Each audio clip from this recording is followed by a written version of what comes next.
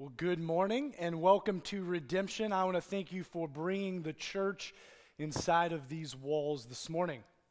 Well, if you were around with us last week on Easter, you know we kicked off a brand new sermon series that we have entitled Proof, where we are simply asking the question for a few weeks, can intelligent people believe in God? And that's kind of a pretty important question in our current cultural climate. In fact, I don't know if you know this or not, while faith and religion are growing worldwide, statistically, there are pockets within our world where faith and, for us, namely Christianity, are in decline. And in our country, we happen to be living in one of those pockets. Now, the reasons for why that's the case are much too lengthy for what I have time for this morning. In fact, volumes of books have been written on the subject. But I think we could probably most simply say that the impact and the influence of science and academics for the last several hundred years in our culture have made us an increasingly secular society. Now, that doesn't mean that we have a bunch of atheists running around. In fact, quite the opposite. Despite projections even 50, 60 years ago that atheism would be the predominant worldview in our culture, that just hasn't come to fruition. Their numbers haven't increased. But the group that is growing exponentially, according to researchers, is the category of none. Not N-U-N, but N-O-N-E. And while these aren't necessarily full-blooded atheists, they're more just people who just don't have any religious affiliation. They have been impacted by the same school of thought as the atheistic community has, as well as many Christians that I know. You see, science and academics hinge on really two camps, on doubt and on cynicism. Doubt and cynicism. And because of that, and because of their monumental influence in our culture, that has made those core values among almost every single person in our society. We kind of have this unspoken rule. We don't really say it, but it's really this idea that the one who doubts the most, the one who's the most cynical, is the most intelligent, is the most advanced, is the most cultured. We've kind of become a society full of skeptics. So much so, we've walked it out to the end that we only believe what we can experience for ourselves. We kind of throw around the term all the time, my truth.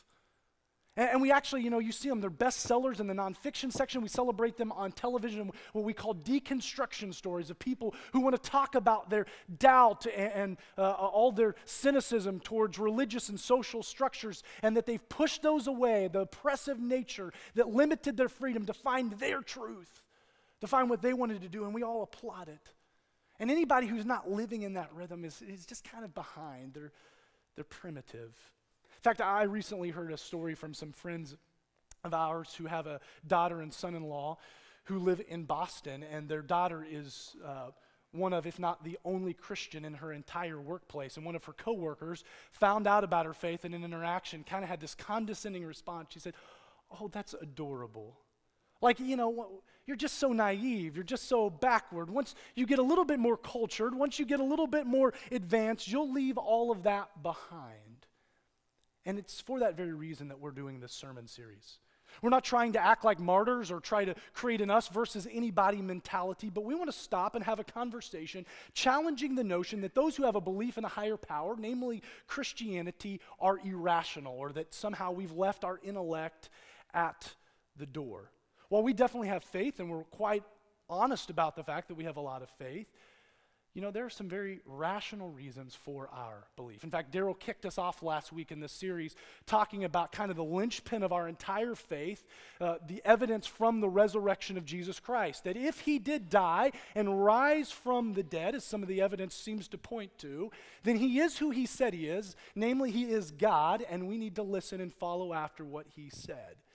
Now this morning we're going to look at things from a little bit of a different angle, looking at the evidence from human reason and longing. And before I dive into that in our time together, let me quickly just give you a couple of thoughts and kind of preface what you're going to hear in a couple of different ways. First, this isn't going to be your typical sermon. If you're new around here, 99% of the time we preach directly from the Bible. We really do believe that is God's word that transforms and shapes us. But occasionally, like this morning, we want to pause and help some of those in our midst understand why we believe in God in the first place and why we want to listen to his word. And so this morning, I'm not going to really be teaching from a text, and you're going to have to think a little bit differently, a little bit more philosophically than normal. Secondly, because of my time constraints, I'm going to be speeding through a lot of material and make a lot of quick remarks. And I don't want you to take that as if I think I'm an expert on these issues. I don't. I study them, I'm passionate about them, but these are very high level intellectual conversations worthy of having. And actually so much so, I also don't want you to think that I think these are easy answers. They're not.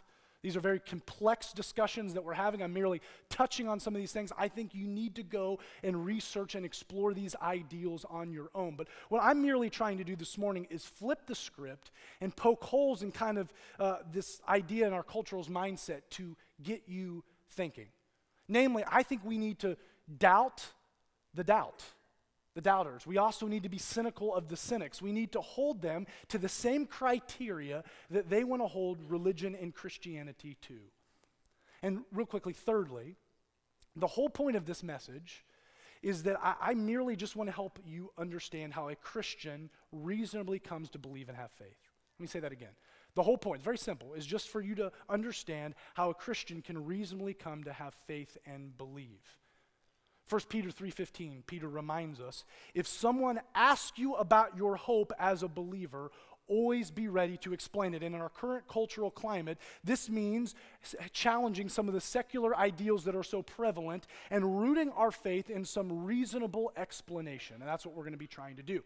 So with that out of the way, here's how I want us to spend our remaining time together.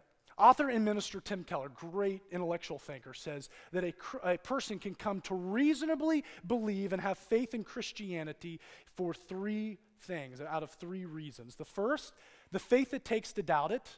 Two, the trouble you have without it. And three, the beauty you find within it. The faith it takes to doubt it, the trouble you have without it, the beauty you find within it. And I'm going to take those my own way this morning, but I think those are a great launching out point for our conversation. And I want to start with that first one. Let's unpack it together. The faith it takes to doubt it.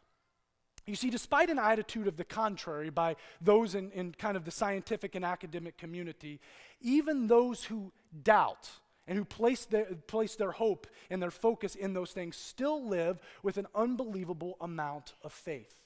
Every worldview, whether it is religious or not, is grounded for the individual in elements of reason that lead them to leaps of faith. In fact, let me give you an illustration of this. Imagine walking in the woods and you come upon a pretty sizable stream. And you need to get to the other side. You're going to quickly start to assess some of the information around you. You're going to try to deduce what's going on. You're going to see how fast is the water moving? How deep is it? How far of a span do I have to leap to get over it? I have to assess my own physical capabilities. Am I athletic enough to do that? I'm going to be looking on the opposite bank and thinking, is there a boulder, or is there some kind of stone, or is there some kind of log that can support my weight? And here's the deal, no matter what I end up deciding from that information, I still have to make a leap. The same exact thing is true of every worldview. Every single person kind of takes some of the information around them, whether scientifically, socially, culturally, emotionally, and then has to make a leap of faith in their lives. The same exact thing is true for a secular thinker.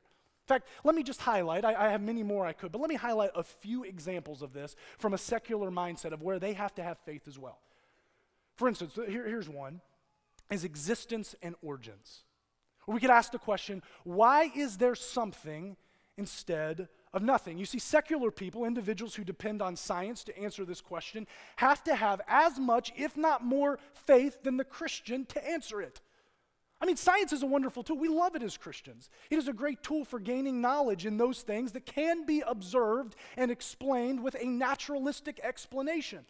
But beyond that, in explaining something like our existence or our origins, the scientific method cannot take place and is instead dependent on theory and faith. A great example of this actually happened in the book God Delusion from the famous atheist Richard Dawkins. In it, he actually makes a point, he reiterated this in a famous debate with Christian apologist John Lennox. He says this, we understand essentially biology, but we don't understand cosmology, which is the science of the origins of the universe. In a sense, he says, we could say cosmology is waiting for its Darwin. In other words, what he's saying is, he thinks that while we have explained how life took shape on earth, he admits that we have no idea how life got there to begin with, how the materials that we say produce life, where they came from. He says we need a theory, he says, to why anything exists, because even the hardest atheist can say it is self-evident that nothing times nobody doesn't equal everything. And so he says Darwin's theory works for biology. It doesn't work so well for our origins, for cosmology. And then he goes on to say in the book, and I find this pretty fascinating, he says, but don't worry, we'll figure it out eventually. That, my friends, is what we call a blind leap of faith. And for Christians, that means our explanation of the existence through the lens of a creator is no less reasonable or requiring faith than that of the secular thinker. There's another apologist, William Lane Craig, who kind of puts it in these terms. He says, imagine two men walking in an uninhabited forest, and they come upon like a red children's ball. It's kind of weird. If it's a red balloon, it's that clown from It. They probably should run. But if it's a red children's balloon, they would probably start to think to themselves, how did this get here? And one man might think, maybe coming more from the Christian perspective, someone has to be responsible for this. It got here because of somebody. This is something we know humans to use. And the other might come and say, no, this has a naturalistic explanation. We're so far from civilization, surely a storm or something caused it to get here. And Craig says, it is no less reasonable to think the first person is right than the second. It's exactly true, and when we think about faith. There's another realm where the secular thinker has to have faith, and that's in philosophy. And some of those deep philosophical questions, a lot of times that are rooted in doubt. You see, there's a lot of people who walk away from Christianity because of deep philosophical problems that they have. And often they don't realize that these questions or these issues are in of themselves statements of faith. For instance, you hear people sometimes say things like, well, when I look at all the evil and suffering in the world, I just can't believe in God. Now, please hear me. I understand that's a very complex issue, something we all need to deal and grapple with. It's the reason a lot of people like the famous Dr. Bart Ehrman, who's a former theologian, have walked away from the faith. But then again, what they don't understand is it's not actually so much a departure from faith, but rather a transfer to faith in a new thing. In this case, it's transferring faith from a deity, from a God, to their own intellect. How? Well, think about it. Because such a statement is believing that since you or I cannot reason or fathom why God, if he does exist, and he's all-powerful and all-knowing, as the Bible describes him to be, could possibly allow evil and suffering to exist, there must not be one. It's putting faith in our own intellect. If God has a reason for evil and suffering, I would automatically be able to perceive it, and since I can't perceive it, he therefore must not exist. Well, that's an incredible leap of faith. And one, by the way, doesn't make a whole lot of sense coming from the secular point of view. I mean, if we're to believe the evolutionary mechanism that we grew up in our school system being taught of natural selection, which believes that death and destruction and violence of the strong against the weak is how we advance, then these things are perfectly natural. On what basis then does the atheist or the person who is rooted in science judge the natural world to be horribly wrong, unfair, unjust, the very things that it told us it was? Another example, you'll hear people sometimes say, well, I just can't believe there's one way to God. I mean, there's got to be more than one way. There's so many beautiful religions and faiths out there. I have to believe there's many roads to God. I mean, it sounds good, right? It sounds more advanced. It sounds more tolerant. It sounds more cultured. But it's actually none of those things. In fact, not only is such a statement kind of self-defeating, you're actually replacing absolute truth that you hate with a statement of absolute truth that you're now asking all of these religions to adhere to, but you're making an incredible leap of faith based off your own perspective. Anytime someone says that, someone should ask in return, how could you possibly know that no religion can see the whole truth or that there's only one way unless you yourself have the superior comprehensive knowledge of spiritual reality that you just claim none of the other religions have? Or maybe more namely for us as Christians, to stay away from Christianity because the Bible somehow offends you or sounds too narrow to you, there only being one way, assumes that if there is a God, he wouldn't have anything or wouldn't do anything or have any views that upset you or bother you. Does that make any sense? I don't think so.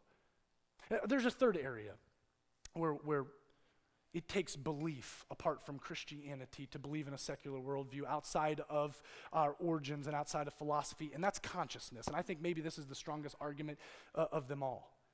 You see, if we're to believe science and the skepticism that has allowed us to arrive in our current cultural climate, then we are forced to believe that we are nothing more than our biology, that there's no real you. Your consciousness, your sense of self is just an illusion of the synapses of your brain. I mean, if we're simply the byproduct of the process of evolution, then it has massive implications on what we believe about personality and emotions and feelings and thoughts and our sense of beauty. In fact, Francis Crick, a leading molecular biologist and neuroscientist, has famously written this. He says, your joys and your sorrows, your memories and ambitions, your sense of personal identity and free will are in fact no more than the behavior of a vast assembly of nerve cells and their associated molecules. That's not going to make it on a Hallmark card anytime soon, is it? Whereas the Christian, we kind of have an explanation for this, don't we? That we are in part spiritual, transcendent beings that have been created in the image of God. The secular thinker continues to struggle. I mean, not only has science been unable to find a link as to where consciousness appeared on the evolutionary timeline and why it appeared in the first place, it also continues to be befuddled by how electrochemistry can even prove what we call thoughts and emotions in the first place. And if we're being honest, all of this doesn't really seem to jive with what most of us would deduce from our own lives or the lives of people around us anyways.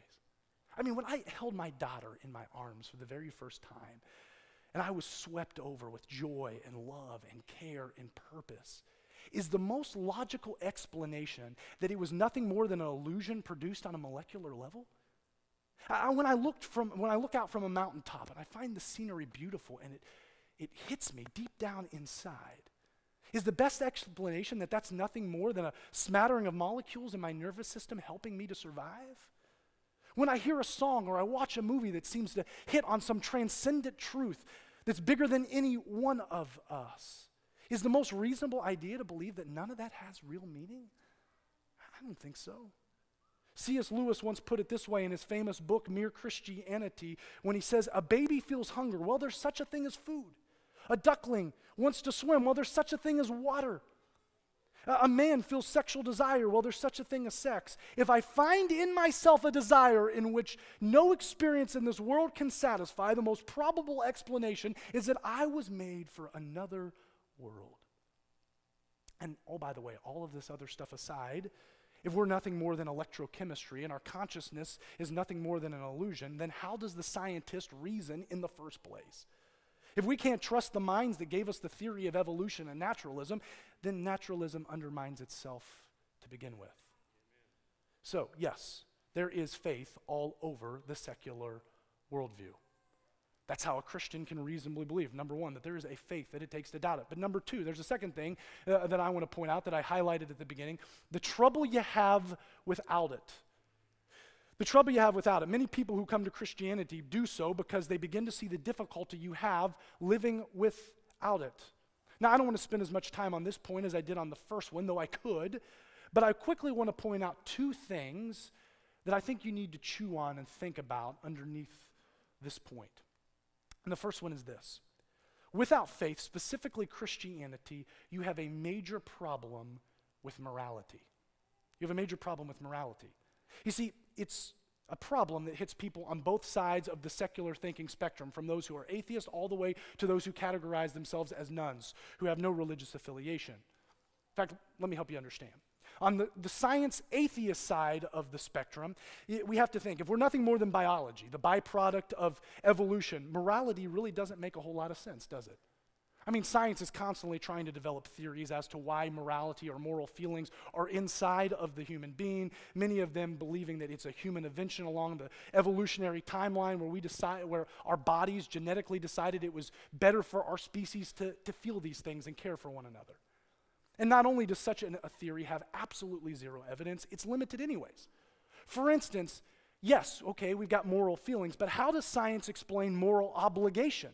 The idea that we believe some things are wrong regardless of what a person thinks or feels. What could possibly be the basis of such an obligation? I mean, if we're just biology and we're just chemistry acting in accordance with our genetical construct, then how can we be obligated to do anything? More importantly, if the evolutionary process is to be where we hinge all of our faith with natural selection of the strong advancing past the weak, then why is moral obligation needed in the first place?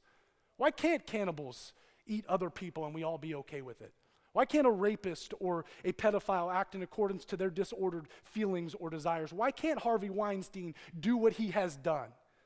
Science can't explain where such moral standards derive from, but the Christian can. Moral obligation for us comes from God. It's something that we believe he has innately put in us. In fact, I love C.S. Lewis again. In his book, Mere Christianity, he talks about being one of the points that brought him from atheism into being a believer. He says this. He says, "My argument against God was that the universe seems so cruel and unjust. But how had I gotten the idea of just and unjust? A man does not call a line crooked unless he has some idea of a straight line. What was I comparing the universe with when I called it unjust?" Yeah, you got a problem with morality. On the other side of the spectrum, if we look from the secular side, that none-category side of those who have no religious affiliation and believe everyone can have their own truth, morality and moral obligation is an equally problematic issue. I mean, if everyone has their own truth and is getting to act in accordance to who they think they are and what their experience and what they decide truth are, well, then how can we challenge anyone or oblige anyone to act any differently? I mean, this is especially important for kind of the justice warriors that seem to be all over our culture who want to challenge injustice and inequality on every level. And I'm thankful for many of them. But on what basis are you able to do this? It's inconsistent with your worldview. In fact, this inconsistency goes all the way back to the sexual revolution in our culture, where we had an entire generation rise up who told the world that they could do whatever they wanted to do with their bodies, and no one could say anything about it, while simultaneously protesting the Vietnam War, telling other people what they should and should not do. We can't have it both ways, and yet our society does. And our culture continues to live in this sort of hypocritical rhythm all the time. In fact, I was recently reading a professor from the University of Toronto who wrote this. Listen to this. "Although I believe that values are socially constructed rather than God-given," we come up with them themselves. There is no God. He's not giving them to us. "I do not believe that gender inequality is any more defensible than racial inequality, despite repeated efforts to pass it off as a cultural-specific custom rather than an instance of injustice." And you're like, what? I mean, do you hear you hear what's being said here? You said that you don't think that there's any actual moral standards. We kind of come up with them ourselves in our culture, and then you're mad because you say, now, no, there actually are some that are universal that everyone should be following. It doesn't line up. You see, if there is no God, there are no overarching morals. You have a massive problem in that regard that our culture doesn't really have answers to. Secondly, there's a second point under this. Without faith, without Christianity, namely, you have a major problem with significance and suffering. I mean, if our current reality is all that there is, you have a major problem with coping with both purpose and pain. I mean, think about it. And we actually see this around us all the time. Significance is an incredibly fragile thing if life isn't connected to something transcendent, something beyond this life. It's part of the reason that we see people desperately in our culture searching for meaning and purpose, trying to find anything to make their life matter, both in the here and now and well after they die. But it's also the reason we live in a culture with a bunch of people that have incredibly fragile egos. Because if this is all there is, if anyone criticizes me, if they criticize my life and my work, if I end up making mistakes, I'm devastated. I'm distraught. I'm angry because this is all that there is. In fact, listen to University of Chicago professor Jerry Coyne when he says this: "Cosmology doesn't give an iota of evidence for purpose or for a God," he says, "but secularists see a universe without apparent purpose and realize that we must forge our own purposes and ethics. But although the universe is purposeless, our lives aren't. We make our own purposes and they're real." We make our own purposes? Do you see the limitations in that and the pressure that it causes us as we search for significance? And even more than that, as many Christian philosophers have noted, any society that operates with this idea and this mentality, that everyone gets to come up with their own truth and purpose, you find your own identity from within, and then you work the rest of your life to assert that on every single other person, will eventually be a culture that is full of chaos and absent of love. Because you're only trying to grab as much as you can while you're alive, nothing more. Only when people look to lay down their lives because of something bigger than their physical reality, something transcendent, bigger than any one of us, can true love exist. It's the very idea that Christ brought to the world, that Christianity brought in the first place. In fact, ideas like human inequality that we take for granted did not exist until Christ resurrected and his church started to walk out what he had taught us. It was all birthed out of a transcendent, God-given purpose. You have a problem with that without it. And on the flip side, you have a problem with suffering and pain and difficulty because they level us in such a reality. If this is all that there is, if I have my own truth, then I have no real way of dealing with difficulty or hardship that I experience. In fact, there's many sociologists that have pointed out the fact that our current secular worldview gives people less tools to deal with pain and hardship than any worldview in the history of mankind. We're devastated by death, by pain, by hardship, and we have no way of dealing with them. In fact, a while back, I was pretty fascinated because on this subject, I was watching a Veritas forum with an MIT chemist named Troy Van Voris who talked about these being the very issues that brought him to Christianity. That while he loves science, he's given his life to science, he continues to study science. After dealing with several big personal issues in his life, he began to realize the limitations that science could give him in dealing with these issues. They could numb them. They could maybe take them away for a season. They could maybe tell him to just suck it up and that he is just merely part of the evolutionary process helping human advancement, but they couldn't ultimately help him with pain and suffering. But Christianity could. And it was only in Christianity where he realized that suffering could become redemptive. That through suffering, God could do something in him to grow him and to grow him closer to Christ, that God could do something for other people. Even this MIT chemist says, this is what brought me to faith. You have trouble without it. So first 2 points. We can come reasonably to faith because there's a faith that it takes to doubt it. There's a trouble you have without it. But there's a third point that I quickly want to make this morning. There's a beauty you find within it. See, all these philosophical and apologetical evidences aside, Christianity is a beautiful discovery. I mean, don't get me wrong, not everybody discovers that beauty that's a self-proclaimed Christian. There's a lot of people, all they find is more church attendance or some more moral rules that they need to listen to. But there are those who lean into the story that the Bible tells us and discover beauty. Descartes once famously said, I think, therefore I am. But I think the Bible more accurately tells us, I am loved, therefore I am. The Bible story is of this triune God who created us out of his love and merely just to share his love with us. A God who gave us free will so that we could experience love for ourselves, that we weren't robots being programmed, but rather could think and could reason and could find love ourselves. And despite our repeated attempts to choose everything else except for him, he's never stopped pursuing us. He's never stopped chasing us. He's never stopped loving us. Eventually, so much so that he would send himself, his very own son, to this earth to die the payment for our sins and our mistakes so that we could come back to him once again and we could experience transcendence with our life, that death would not be final. You see, Christians who understand this are some of the most consistent people as their lives actually make sense. Their identity and purpose is derived from a love that they've absolutely received. Their lives aren't tossed around by every issue and every problem and every cultural fad. Their love isn't dependent on who loves them or who treats them well or who even that person is to begin with. Beauty, love, emotion, care, concern are all connected to something bigger than themselves, a story that they've been connected to, that they've been saved and asked to be a part of. Their searching is over. They found something that brings a connectiveness to all of their lives that they've been searching for. It's the reason why I go and I go talk to terminal cancer patients and they smile knowing this is not the end. It's the reason that we read about Christians standing in courtrooms and looking across from their kid's killer and say, I forgive you and I love you. It's the reason for hundreds of years the church has laughed at persecution when people have tried to kill us and tried to fight us off. It's the reason why Christians for centuries have been selling their possessions and giving to the poor and putting themselves in position so that they can love on every person that they came into contact with. There is a beauty to be found here.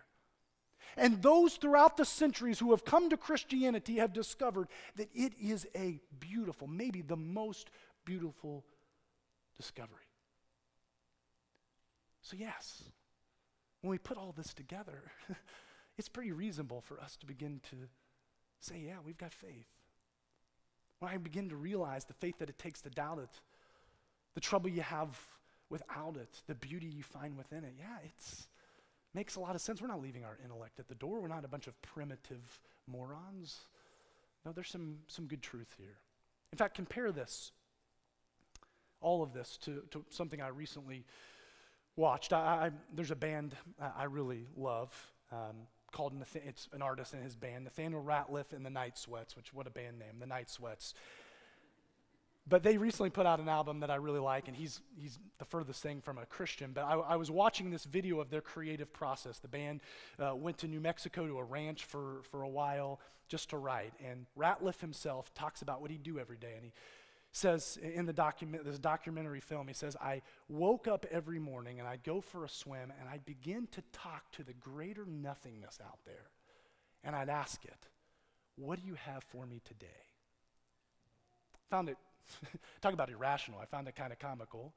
Our culture does this all the time. We see it in movies and songs. We ascribe personal qualities to what we call an impersonal universe, searching for something to, I guess, bigger than ourselves. And I kind of chuckled to myself, like, how has our culture decided that that's more rational or more reasonable than what we believe? But then I even got thinking further of how much it reminded me of what the Apostle Paul ran into in Acts chapter 17.